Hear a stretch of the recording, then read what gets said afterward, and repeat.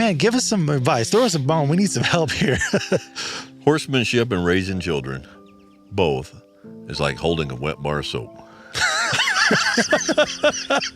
Wait, I suck at that. Hold on a second. I hope there's more to this. No, Is yeah, that but- it? So if you squeeze it too tight, Okay. it's going to slip out of your hands. Okay. If you don't hold it tight enough, it's going to slip out of your hands. It's like everything else in life, it's balance. If you're too lenient, if you're too soft, you're going to raise a brat that's disrespectful to themselves and to the world around them. If you're too harsh, if you're too much of a disciplinarian, you're going to raise something totally different. So it's balance. They have to have the boundaries. There has to be clear set boundaries. Children get so much security. They know that's the boundary, and they know if they cross that line, this is the results of it. There's tremendous security in that. It just comes down to balance. You got to balance the discipline, which has to be there, the boundaries, which have to be there, but that has to be balanced with the fun and the joy of childhood. You can't take the one away from them, and you can't refuse to give them the other one. One of the things I believe very strongly, and I tell folks, is your message is important, but the heart behind the message and the way you deliver that message is just as important.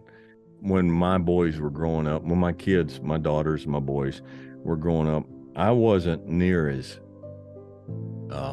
laid back and easygoing as I am now. I was, you're right.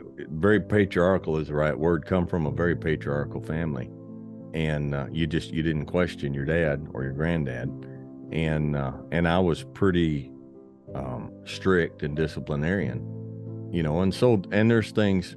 My boys and I, we have a good relationship today, but there's still things that we work on because of the things I taught them when they were growing up. I didn't teach them in a way that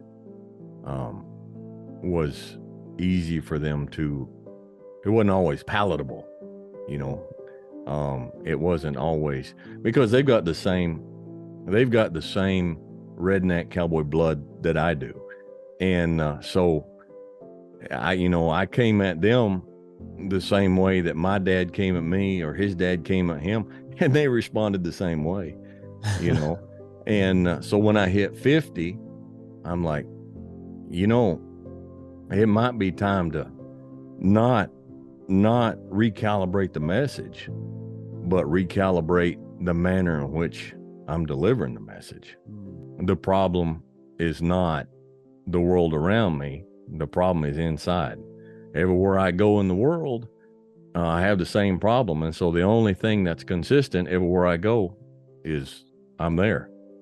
So I had to start looking at me and saying, look, I need to change who I am. If I am not going to let people hammer on me when I make a wrong decision, then I can't turn around and get frustrated and get angry and hammer on everybody around me if they're not making the decisions that I think they should. And there's a lot of freedom in that.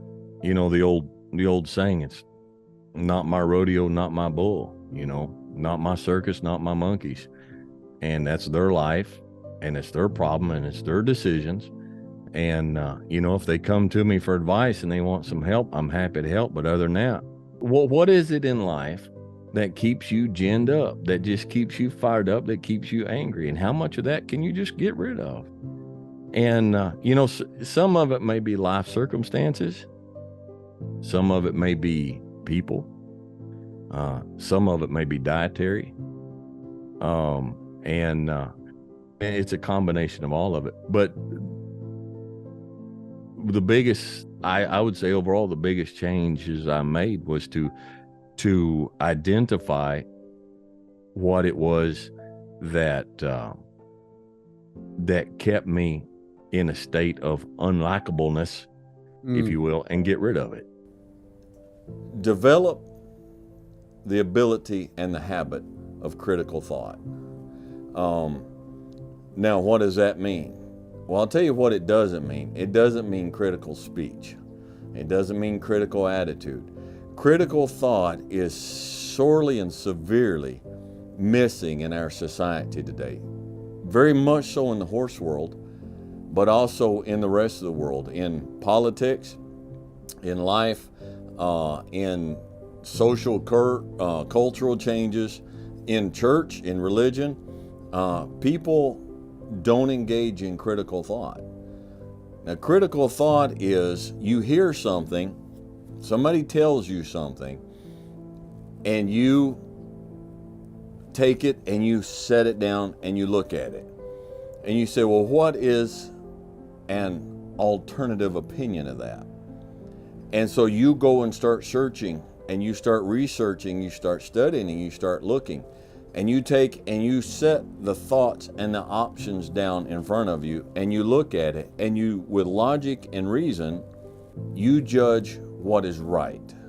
The most rabid people in politics today, I'm talking man on the street, are the people who heard something, who were told something on television, were told something on social media, and so they took it and they ran with it.